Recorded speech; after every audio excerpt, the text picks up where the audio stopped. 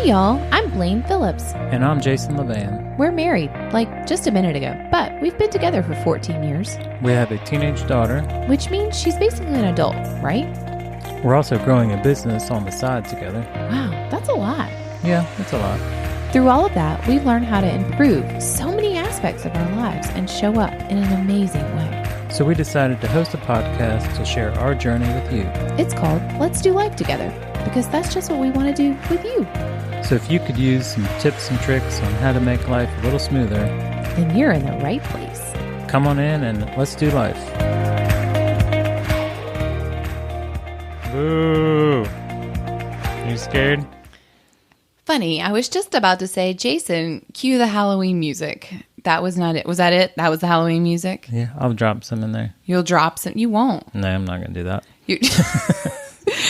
Oh, we're just going to stow with boo. All right, because it's Halloween. Boo. Not again. Oh. We're done. We're done with boo. You're not scary. I can't even. Oh, boy. It's Halloween. If you're listening to this the day it drops, it is Halloween. Happy October 31st. Happy Halloween. Happy you don't care if Jason says boo or not, whatever it is. If you're listening to it after the fact, this is probably even more funny. Jason cued the scary music, i.e. he said boo. Well, but we're not talking about Halloween. That's true. We're not talking about Halloween, but we are talking about vampires. That's basically the same thing, right?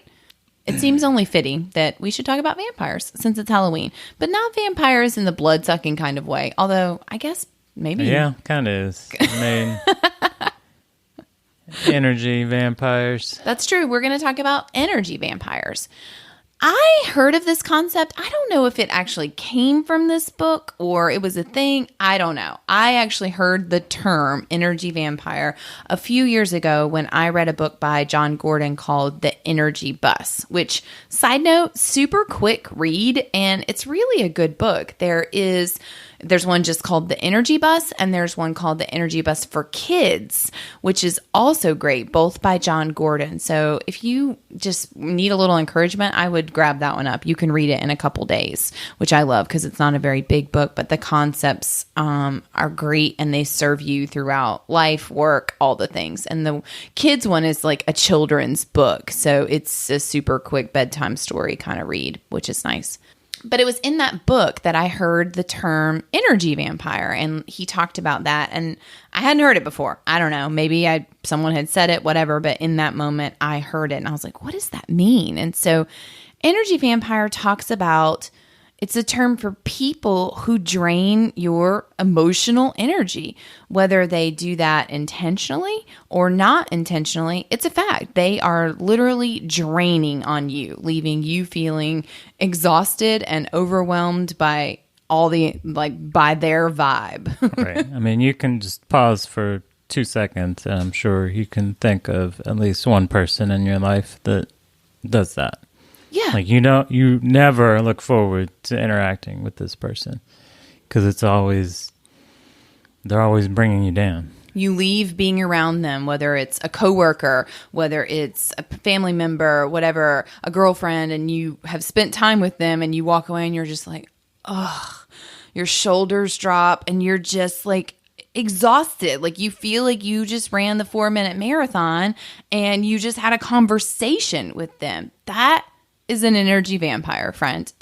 I can remember, like, oh my gosh, I don't know, a long time ago, 15, I don't know, whatever. Some years ago, Jason and I worked at a computer company together, and I had a coworker there, and oh man, she was exhausting. Like, everything that came out of her mouth was the worst ever. Like, she hit every red light on the way to work. Ugh, this coffee, it's not hot enough today. Who didn't make a fresh pot? Oh my gosh, would the phone stop ringing? Like, just every moment throughout the day. Was lunch ever going to get here? Why is lunch so short? Why is it raining? I have to go by the store after work. Like, there was no positivity. There was not even positivity. Like, there wasn't any just regular either. No neutral. There was no neutral. Just all negative. It was all negative. And I I requested my cubicle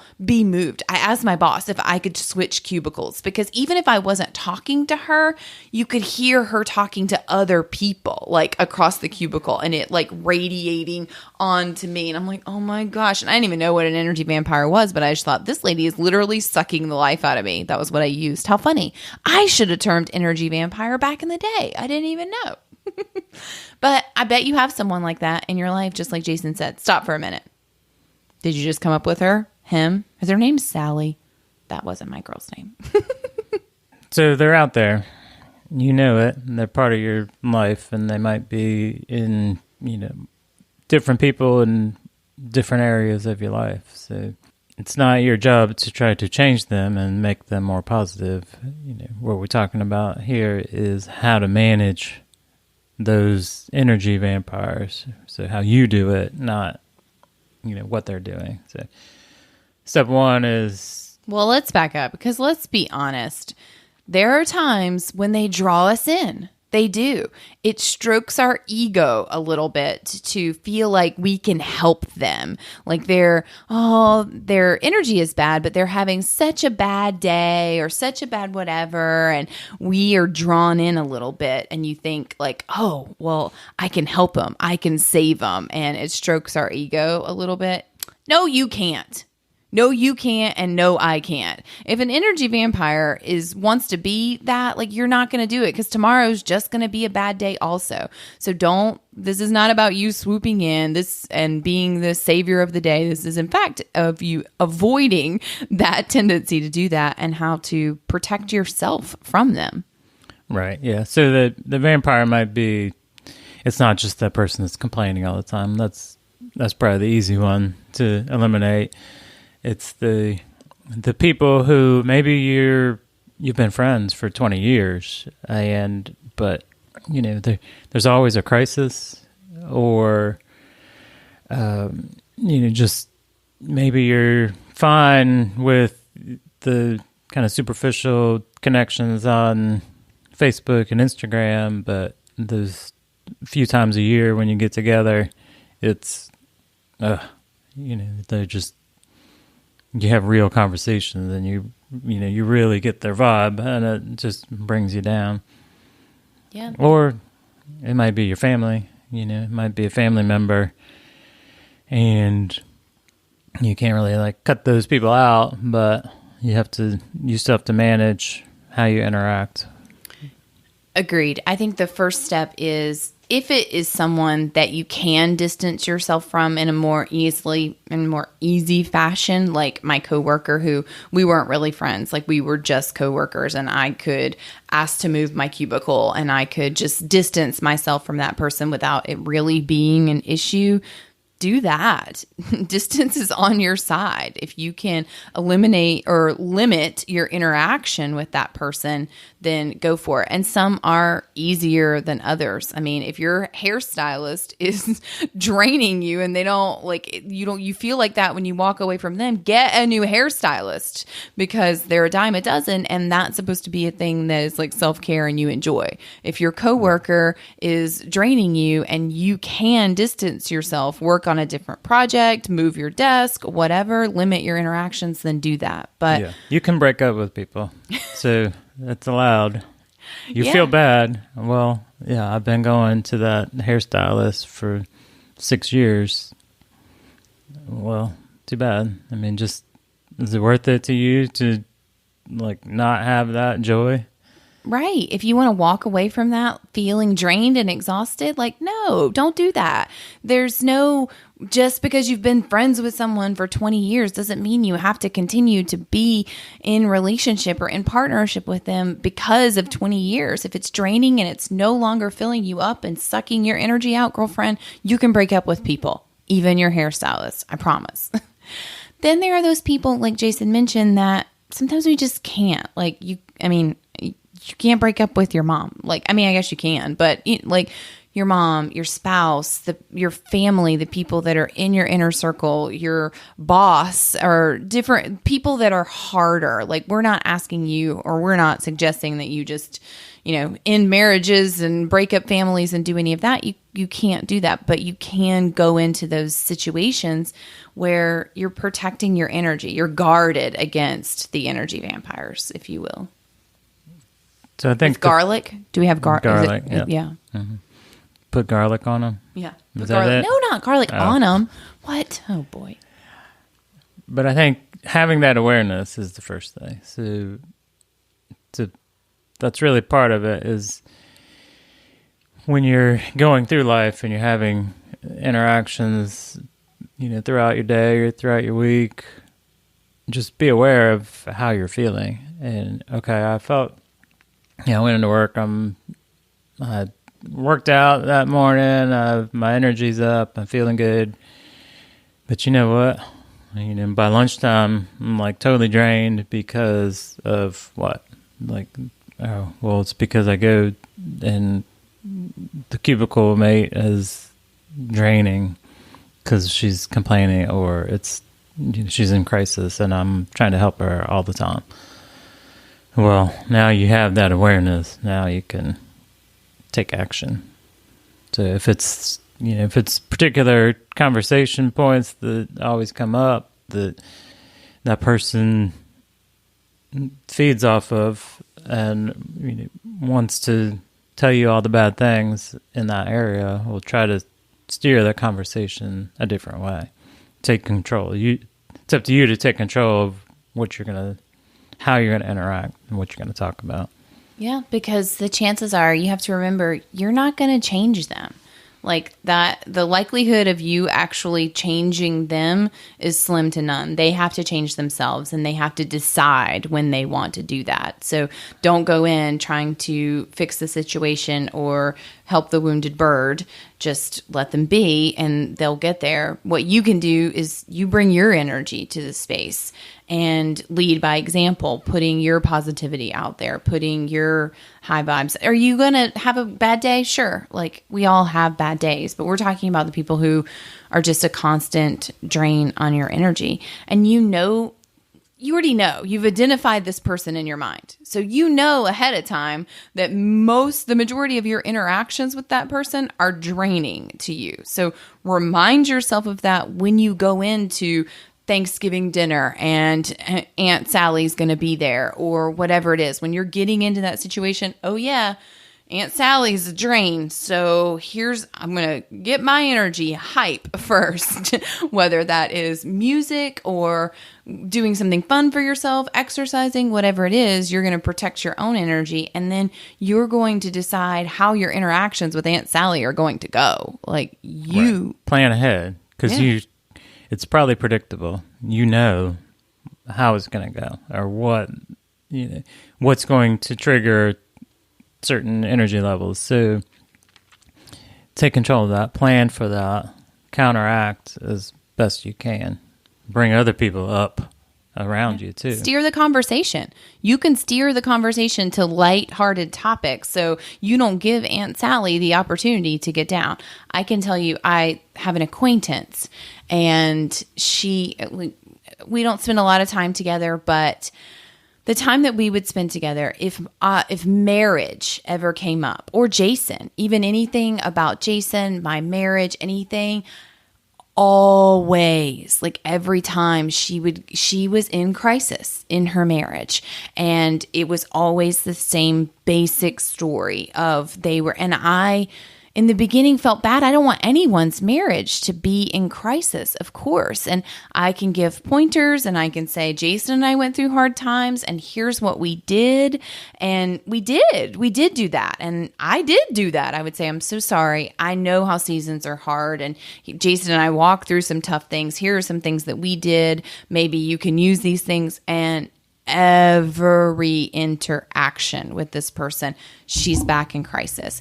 Oh, she's so jealous of Jason and mine, how we've come through it, and how did we do it again, and could we revisit that, and could we talk about it, and I'm like, draining. And so when I interact with this person now, I dance around ever mentioning Jason or marriage or anything. Like, I know it going into it. I steer the conversation and I stay far away from it. Not that I don't still care, and not that I don't want hers to be successful, but I've been there and we've talked about it. I've done it, and you can lead a horse to water is what my mama would say, but you can't make him drink. But so I have to protect me and my energy.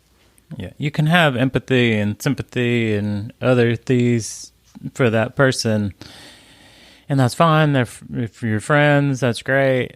But wallowing in the negative with them doesn't help them at all. Or you. Right. It doesn't help anybody. So try to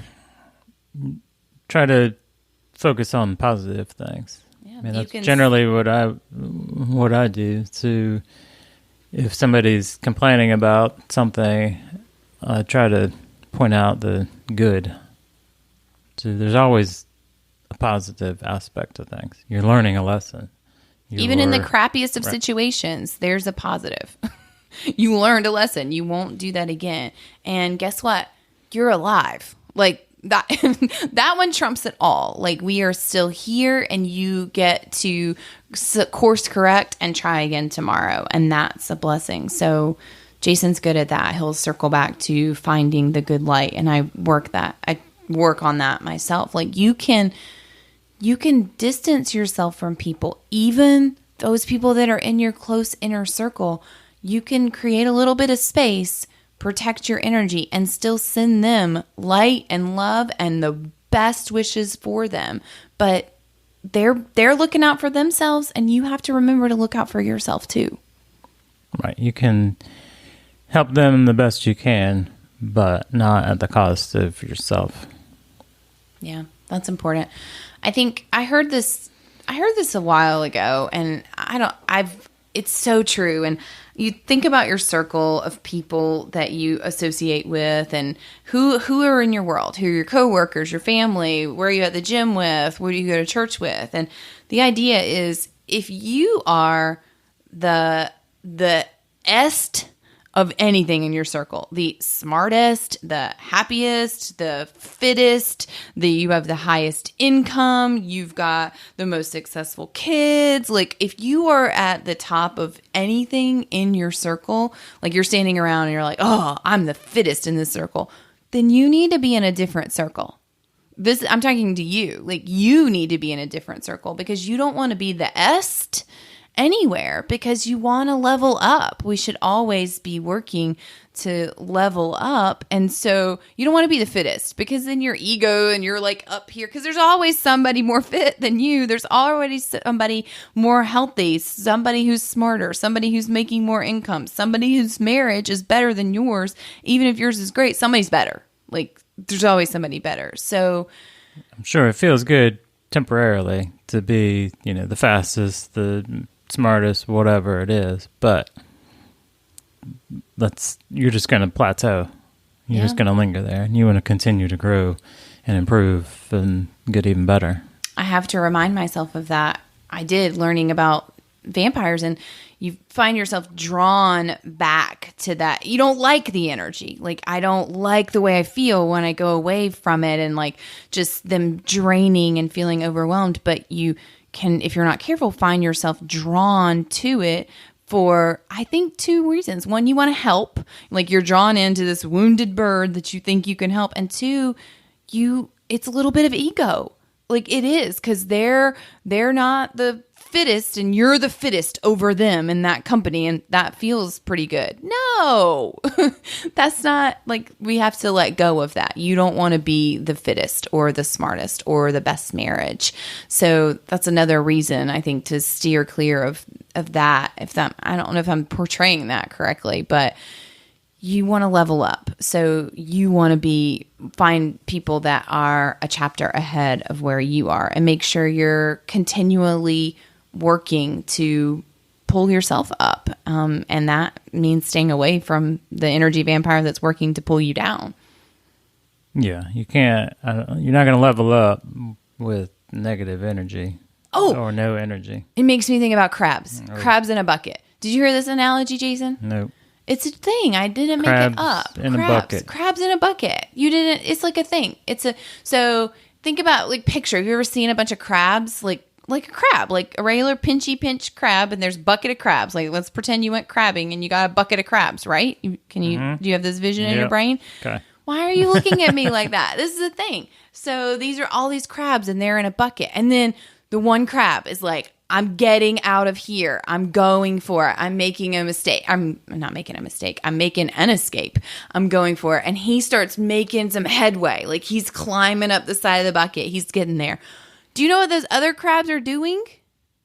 They're not, like, giving a brother a push. Like, here, man, I got you. Hold on to your little crabby claw, and I'm going to give you a push out. No, they're grabbing and pulling him back down. That's what they're doing. Like, if you've ever, that's not even just an analogy. Like, that's an actual thing that they're doing. They're pulling him back down. And that's what an energy vampire is going to do to you, whether intentionally or not. They're going to pull your energy down. And don't be a crab in a bucket. Get out of the bucket. Get out of the bucket. You really never heard that? Nope. Mm-mm. All right. Well, I didn't make it up. I swear you can Google it. But the point is to get out of the bucket. Create distance where you can. Break up where you can. And if you need to, protect your energy. Control the situation. And continue working to be a better version of you. Because that's what we're here for, right? That's what we're doing together. And sometimes that means moving away from the vampires, crabs, whatever it may be. I hope this was helpful to you. If it was, do us a favor. Snap me a picture of a crab and send it on over and tell me that you're getting out of the dang bucket. You can find me on Instagram at Blaine Phillips. Same thing on Facebook. You can go right to Google, iPlay, whatever it is. It's not even iPlay. I made that up. iTunes, and leave us a review. We'd love to hear from you. Until next time, get out of the bucket.